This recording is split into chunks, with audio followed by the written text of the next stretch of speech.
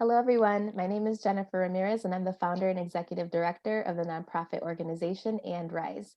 At And Rise, we believe that women thrive on building and sustaining strong connections with one another, some of which assist in forming our futures. In order to help facilitate these bonds, we're passionate about highlighting inspirational stories of triumph and motivate all that attend our events to accomplish any and everything they want in life. To learn more about And Rise and how we empower trauma survivors, please visit our website at www.womenrisechicago.org.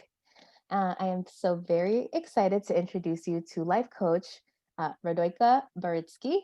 Welcome, Radojka. Thank you. I'm very happy to be here. I'm very happy to have you. Thank you for being here with us. Appreciate it.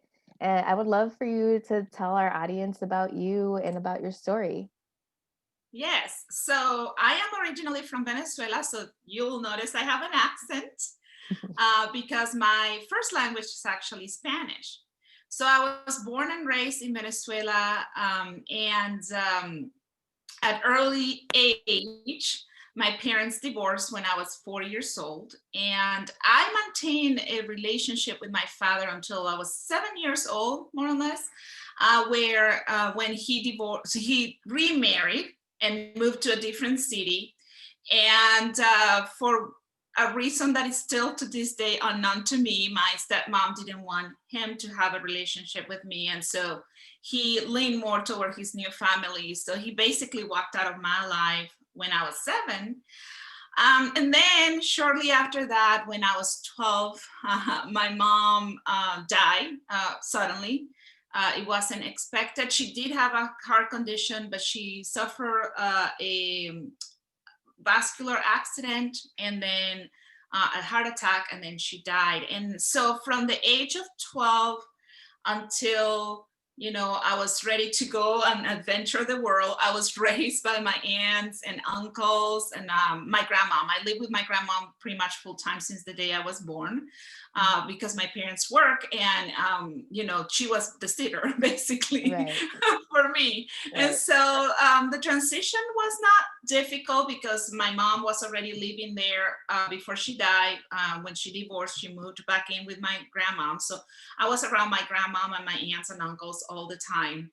And when I was 25 years old, I graduated with my bachelor's degree in bioanalysis, which is the equivalent here of medical technology.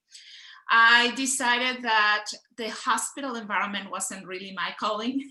Mm-hmm. Although sometimes I go back and forward. Mm-hmm. And my aunt, who is a very hardworking and very visionary person, she's a psychologist, said, "Hey, I want to give you a graduation gift, but I don't want to give you any graduation gift. I want you to pursue your master's degree." And I'm like, "Oh, no, I'm done with school. I don't want to do this."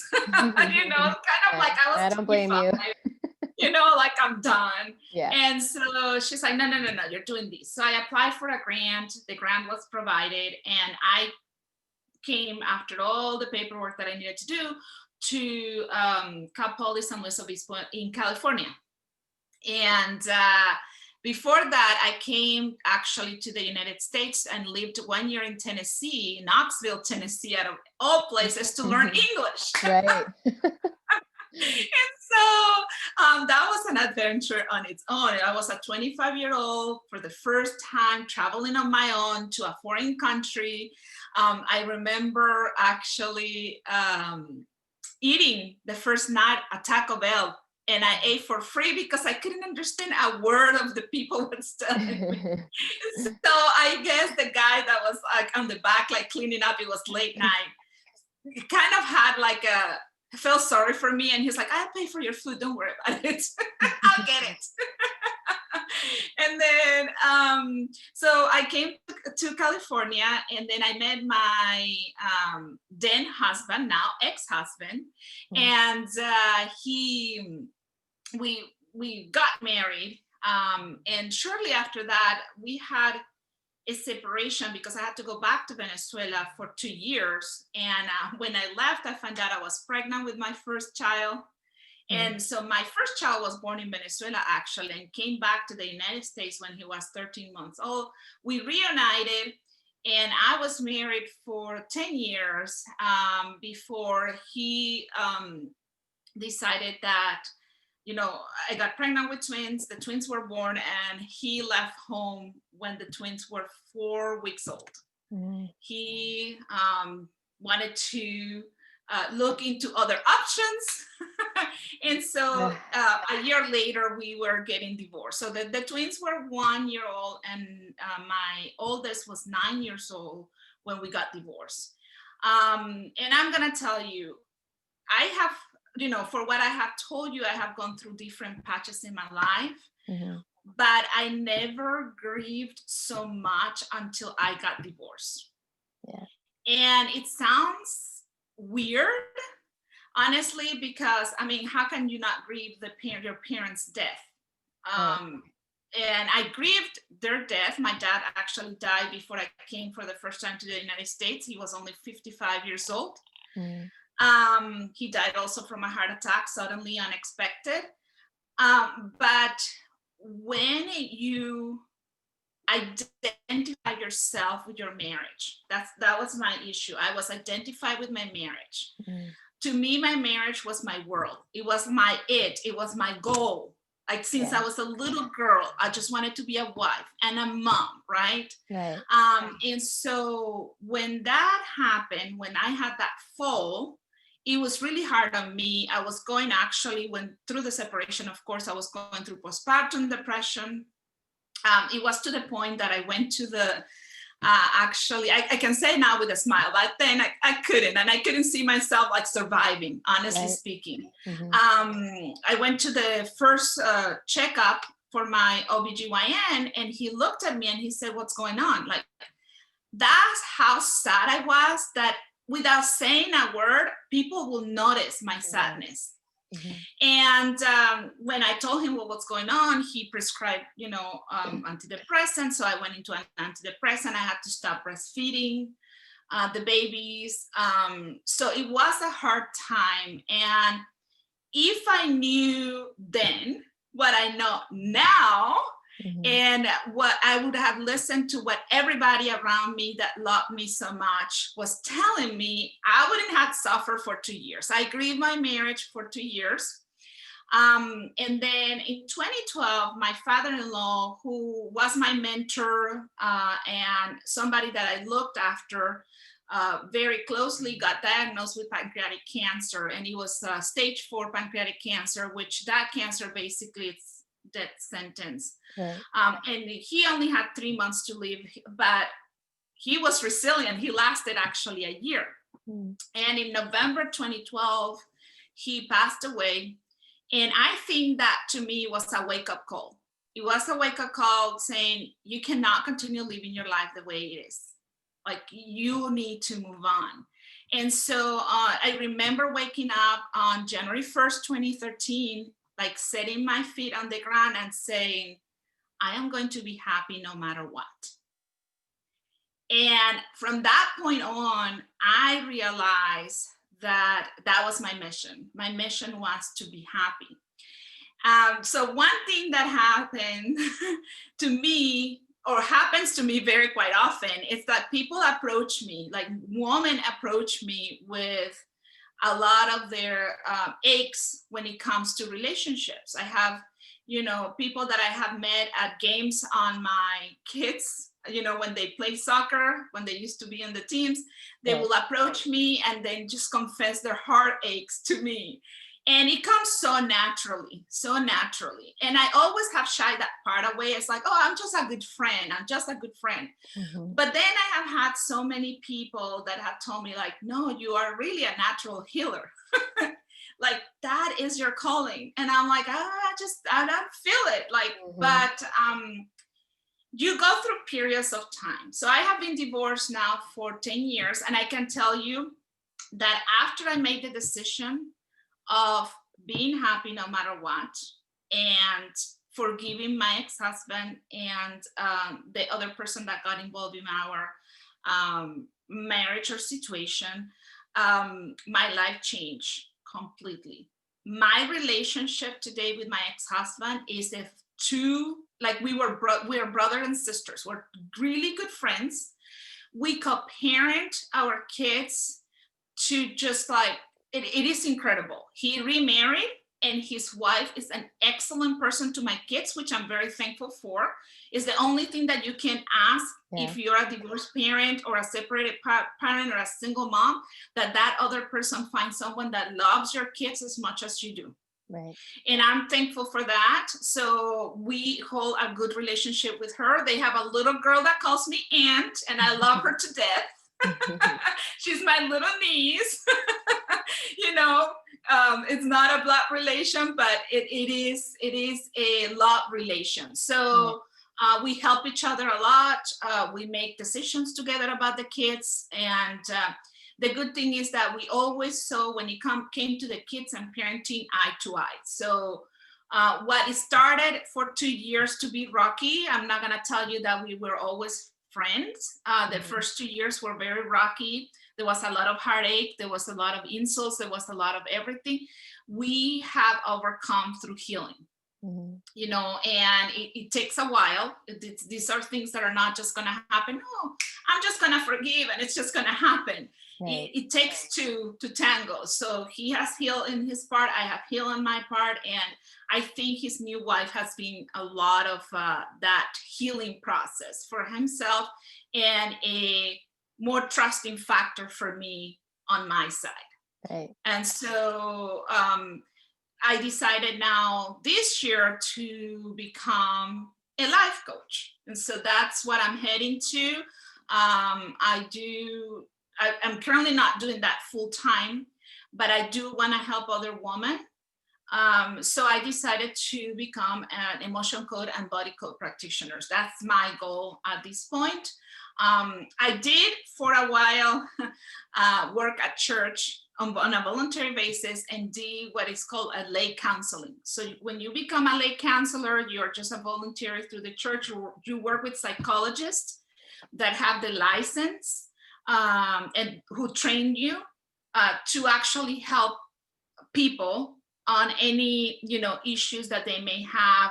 Mostly they were relationship issues. Right. And it really came at ease with me. It really did. So I wasn't a licensed therapist, but I was overseen by licensed therapists.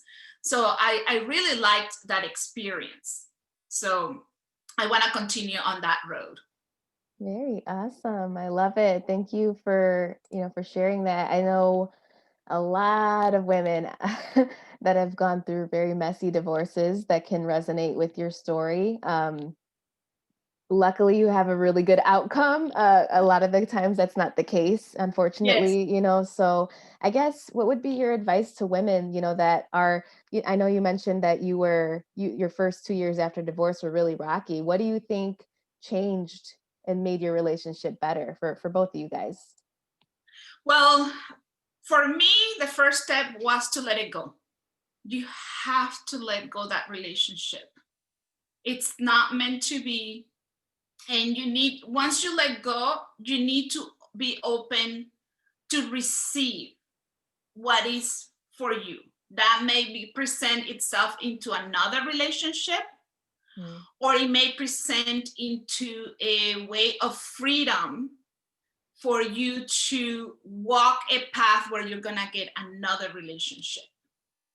Yeah. Okay, so and for me, because I'm gonna tell you, I dated in the last 10 years, I have dated on and off, and I just actually ended a 4.5 year relationship. Yeah. It was the hardest decision I made after my divorce. Yeah. Because I put my heart and soul onto that relationship. Yeah.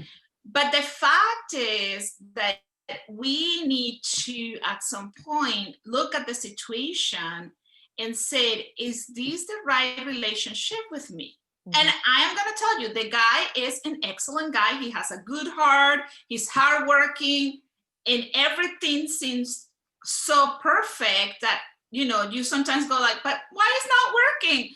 Well, the person that you are relating with and you want to form a future family, or you want to have partnership with for the rest of your life, needs to be at the same level of healing as you are. Yeah, if you are ahead on that path and they're not there yet, you're going to find a lot of clash in the relationship. Yeah. And you really need to tune in into the vibration.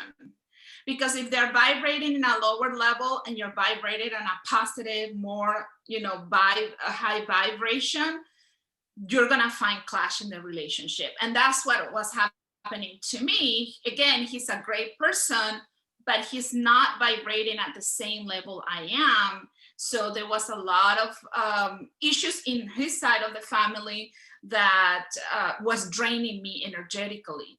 And he wasn't ready to get to that next step, which is what my goal is, to have a partner for life.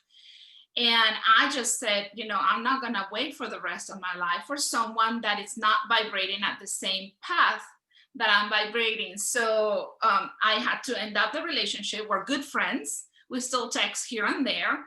But I just had to let it go. So my advice in a nutshell, as a first step, if you're going through either divorce or trying to let go to a toxic relationship, is to let go. Make the decision to break free from that situation. And I know there are situations that are really hard to break from, right? Because sometimes, like for me, one of the major fears that I had when the divorce presented was the financial part of it. And mind that, my situation was, I am a professional, and I had a master's degree and I was working a full time and I was getting paid really well. But now I found myself with that other half of the salary or income. And the first question was, how am I going to do this? How am I going to do this? But then the second thing for me was to hold on to faith and said, you know what? I may not have the answer right now, but it's going to show up. Yeah. It's going to show up. And so I'm telling you, 2 years later, so in the divorce, the house, miraculously, by miracle, my ex-husband signed off the house for me. And so when I decided to just, this is it, we're not going back and forward anymore, I'm done after those 2 years, it was 2011. So you know that there was a market crash in 2008. Oh, yeah. So 2000, no, actually that was 2012, 2013 when I made that decision. The market was starting to go up. I sold the house, bought my own house, everything presented itself. Yes. And my situation, like you said, it's relatable, but it's unique to me, right? So if you are in a situation in where you need to break free from a toxic relationship, or whether it's not serving your purpose because it's making you suffer too much, my advice is to first make the decision. It has to come from you. It cannot come from anybody else. Okay, you may have a lot of support telling you, you need to do this, you need to do this. Because I had for 2 years friends telling me, break free, break free, break free. And I will always go back, always go back. My ex-husband and I went back probably 3 times in that 2-year period. Okay. And I remember the words of one of my friends. She said, Radojka, you need to be ready. I can tell you to let it go, but you need to be ready. Exactly. And it's true. The decision has to come from you. Yeah. So once you're ready and you break free, hold on to your faith, because people will start, information will come to you. You start like opening your eyes, trying to find more information to continue on the path. Right. And I had 3 kids. I still have them. They're never gonna go away, trust me. And the twins were actually, they were 4 years old when I made the complete decision to just let it go. I'm done. I'm gonna do this on my own. I really don't need you here.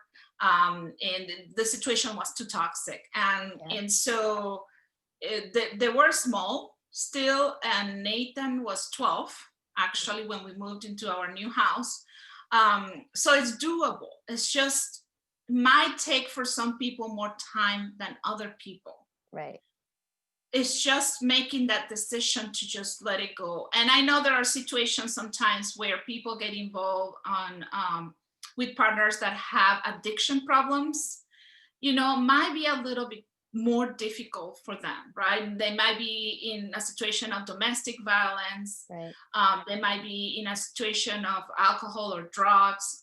And that might be a little bit more difficult to free from that situation, because as human beings, we feel like I can help, I can help, I can help this person to get better. And the fact is that the person needs to help themselves. Yes, Right. absolutely. Yes. And but we feel that, because how, as a good Christian or as a good hearted person or with good soul, can we let these people go and not help them? Right. But I am telling you, you're not gonna be condemned because you decide to do something that is best for you or your children, if you have children. Yeah. And once you break free from that situation, you may be able to find more help to that person as a third party, instead of just staying in that situation and being the focus of the toxicity that situation presents for you. So that's my advice in a nutshell. Make the decision for yourself. You have to feel it. You have to, and just hold on to faith and start looking at the resources that are being presented to you at that moment. Yeah, thank you. Yeah, that's really great advice. It's very true. You can get all the best advice from all the best people in the world, but at the same time, if you're not ready to leave, or if you're not ready to let go, then you're not going to. So it has to be up to you to be ready to change, or to have a different life, and breakups are hard. They're really, really tough. I've been through a lot and they're never easy, especially when it's somebody that you were with for a very long time. It's really hard, especially when you have kids with them, even harder.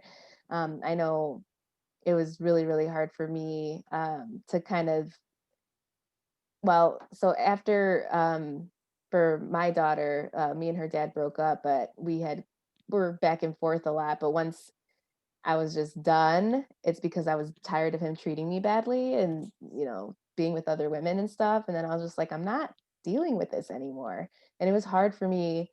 I cried it out. I'm not a crier, but I had to cry it out. And once I was done, like having my little crying episode, then I wiped my tears away and I'm like, all right, you're gonna have to do this on your own. And and that's what happened. So I totally resonate with that. So thank you for sharing your story and being vulnerable and telling everybody, just giving them advice and telling your story. I really appreciate it. So if anyone wants to get in contact with you, where can they reach you? So they can reach me via email at rado BRYCKI@gmail.com. So radobarycki@gmail.com. Or they can actually follow my page, Facebook page, Fabulous at Any Age by Radojka Barycki. And they can find tons of videos. I'm starting to actually talk about the emotion code. So I'm gonna read the book and give you my interpretation in the next few weeks. So it's a good time for you if you want to learn about emotion code and how that works for healing and releasing trapped emotions and helping you open up to success and abundance. That this is a great time to follow that page. Oh yeah, definitely is.